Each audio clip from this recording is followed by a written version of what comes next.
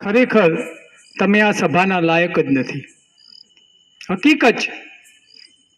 શું પડી છે આ લોકોને કે તમારી દીકરીઓ બચાવવા માટે તમારું સ્મશાન બજારમાં ના ખોરવાઈ જાય એના માટે આ મહેનત કરે છે ને આપણે અહીંયાથી એક આંગળી પકડીને દીકરીને નથી લાવી શકતા. કોઈ ફરક નહીં પડે, મારે કોઈને આમાંથી વેવાઈ નથી કરવાના. એ ના ફરક પડે તો મને કોઈ વાંધો નથી, પણ કડવો જ છું ને હકીકત છે. અને આનો જ લાભ આ વિધર્મીઓ ગણીએ કે અસામાજિક તત્વો ગણીએ કે લુખોએ ઉઠાવે છે. મારી નજર સામે દીકરીઓ અહીંયાથી એક્ટિવા લઈને જાય છે. કદાચ અહીંયા બેઠેલા લોકોને આટલી વાત સમજાય છે, અહીંથી થોડી દૂર પણ આ વાત જાય છે અને એમને સમજાય છે કે મારા દીકરીઓ માટે વાત કરવા આવે છે. મારે દીકરો નથી, મારે દીકરો છે, દીકરી નથી. પણ મેં આનું મથાળું આપ્યું છે કે દરેક દીકરી મારી દીકરી સમજી અને આ અભિયાનમાં જોડાયો છું. ઘરના તાળાની ચાવી લોક મારીને આવું છું. મારું ઘર છેલ્લે વગડામાં છે. છેલ્લે વાઈફનો ફોન આવજો કે 12 વાગે પહેલા આવજો, બીક લાગે છે. પણ હું એમ કહું છું કે મારો સમાજ જે દીકરી ભાગી જાય એના સમાજના ડર છે ને એ પહેલે મારે દૂર કરવા માટે મારે રાત્રે 1 વાગશે પણ વાગશે તો તું સૂઈ જજે. હું કોના માટે આવું છું? આ બધા કોના માટે આવે છે? શું તમારી નૈતિક જવાબદારી નથી? આ સોસાયટીના એક સમાજના આગેવાન તરીકે તમારી જવાબદારી નથી કે દરેકને કમ્પલસરી કરીએ? ગણપતિ મહોત્સવ ઉજવો છો, અહીંયા ઉજવો છો ને, નાસ્તા કરશો, બંધ કરી દો. જો ખરેખર તમારે સમાજને સુધારવા હોય ને તો બંધ કરી દો. આ તમને એવું છે કે 1 કરોડના 1.5 કરોડના બંગલામાં બેસીએ છીએ, આપણને શું ફરક પડે છે? એ લોકો એવા લોકો શોધે છે કે જે 1.5, 2 કરોડ 5 કરોડના બંગલામાં રહે છે.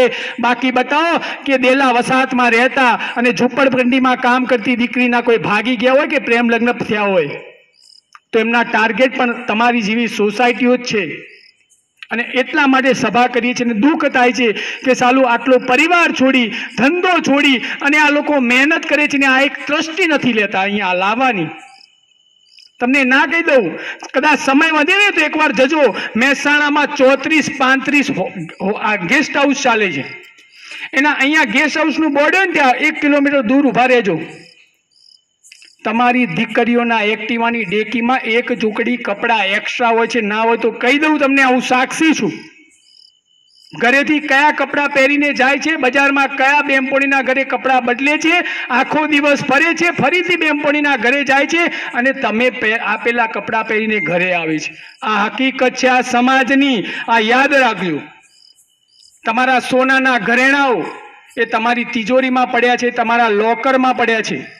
વિનંતી કરું છું, ગમે તેવી દીકરી હોય એની એલસી, એનું આધાર કાર્ડ અને એનો જન્મનો દાખલો, આ 3 વસ્તુ લોકરમાં મૂકો. બાકી દાગીના સોફા ઉપર મૂકી દો. આ ભાઈઓની તાકાત છે, ફરીથી કમાઈ લેશે. પણ એ દીકરી ભાગી જશે ને તો સમાજની આ 5 કરોડનો બંગલો છે ને એ ઝૂંપડી દેખાશે. અને આવા કેસો જોયેલા છે, કેસો લીધેલા છે. આ બધા જેલમાં ગયા છે, કોના માટે ગયા છે? મારા ઉપર કેસ ચાલે છે, કોના માટે ચાલે છે? મારા માટે. એકય કેસ મારા પરિવાર માટે નથી. સમાજની દીકરી, સમાજને કે અન્યાય થયો હોય ને એના માટે છે. જે પણ અહીંયા આયોજન કરે છે ને, ગણપતિ નવરાત્રિનું આયોજન, 1 દિવસ એનું સેશન રાખો. અહીંયા બધા બેઠેલા છે, અમારી જરૂર નથી. તમારે બોલી શકો છો દીકરીઓ વિશે, નથી બોલી શકતા. કોઈ મા બાપ ખરાબ નથી, કોઈ દીકરી ખરાબ નથી. તમે માનો કે તમે આજે કોઈ સત્સંગી વ્યક્તિ જોડે બેસશો ને તો 1 મહિનો, 2 મહિનો, 3 મહિનો પછી એ સત્સંગમાં જોઈન થઈ જશો. તમે કોઈ ચોર જોડે બેસશો ને તમને વિચારો ચોર જેવા આવશે. તમે એક રાજકારણ જોડે બેસશો ને તો તમારા વિચારો રાજકારણ થઈ જશે કે હું પણ નગરપાલિકામાં ચૂંટણી લડું.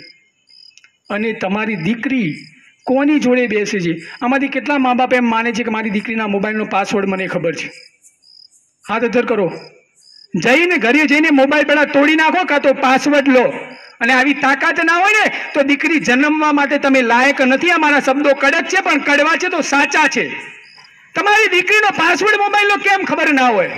મારે દીકરો છે 11 વર્ષનો, જોઈ લો મારા મોબાઈલમાં. એની યુટ્યુબની લિંક અને મારા યુટ્યુબની લિંક સેમ છે. એ યુટ્યુબમાં નાનો કાર્ટૂનનો વિડીયો જોયે ને તો પણ મને બતાવે કે એને શું જોયું છે. દીકરો છે તો પણ હું ચિંતા કરું છું. કારણ કે જોતો તો નથી ને કે ડ્રગ્સ શું છે, દારૂ શું છે, દારૂની પાર્ટીઓ શું છે, એ તો નથી જોતો ને.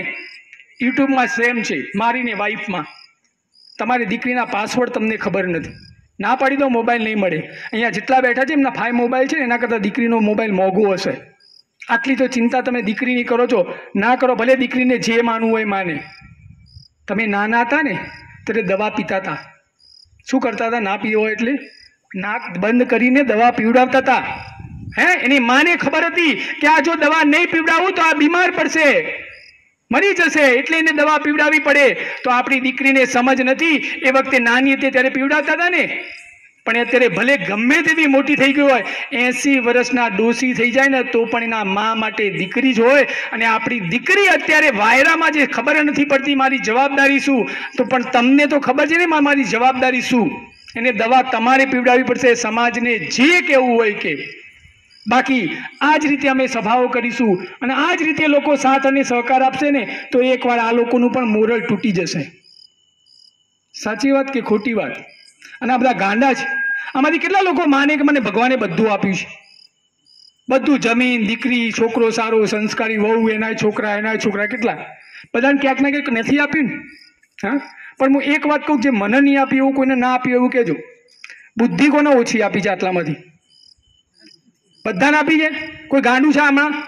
આ બધા બેઠા, આ બુદ્ધિ વગરના બધા બેઠા છે, ગાંડા બેઠા છે. એટલા માટે તો તમારી દીકરીઓ બચાવવા આવે છે. બધી બાકી ડાયા લોકો તો બંગલામાં એસીમાં જઈને ટીવી જોવે છે. આ બધાને ભગવાને બુદ્ધિ ઓછી આપી છે અને ગાંડા છે ને એટલે સમાજ માટે દોડે છે. બાકી ડાયા લોકો દોડતા નથી. તમને પણ મેસેજ વાંચ્યા પછી ક્યાંક ચિંતા થઈ ને એટલે તમે આવ્યા છો, એટલે તમે ગાંડા જ છો. બાકી ડાયા લોકો આવતા નથી. તો દરેક બહેનોની વિનંતી છે, આપણે પણ એક ગ્રુપ બનાવીએ.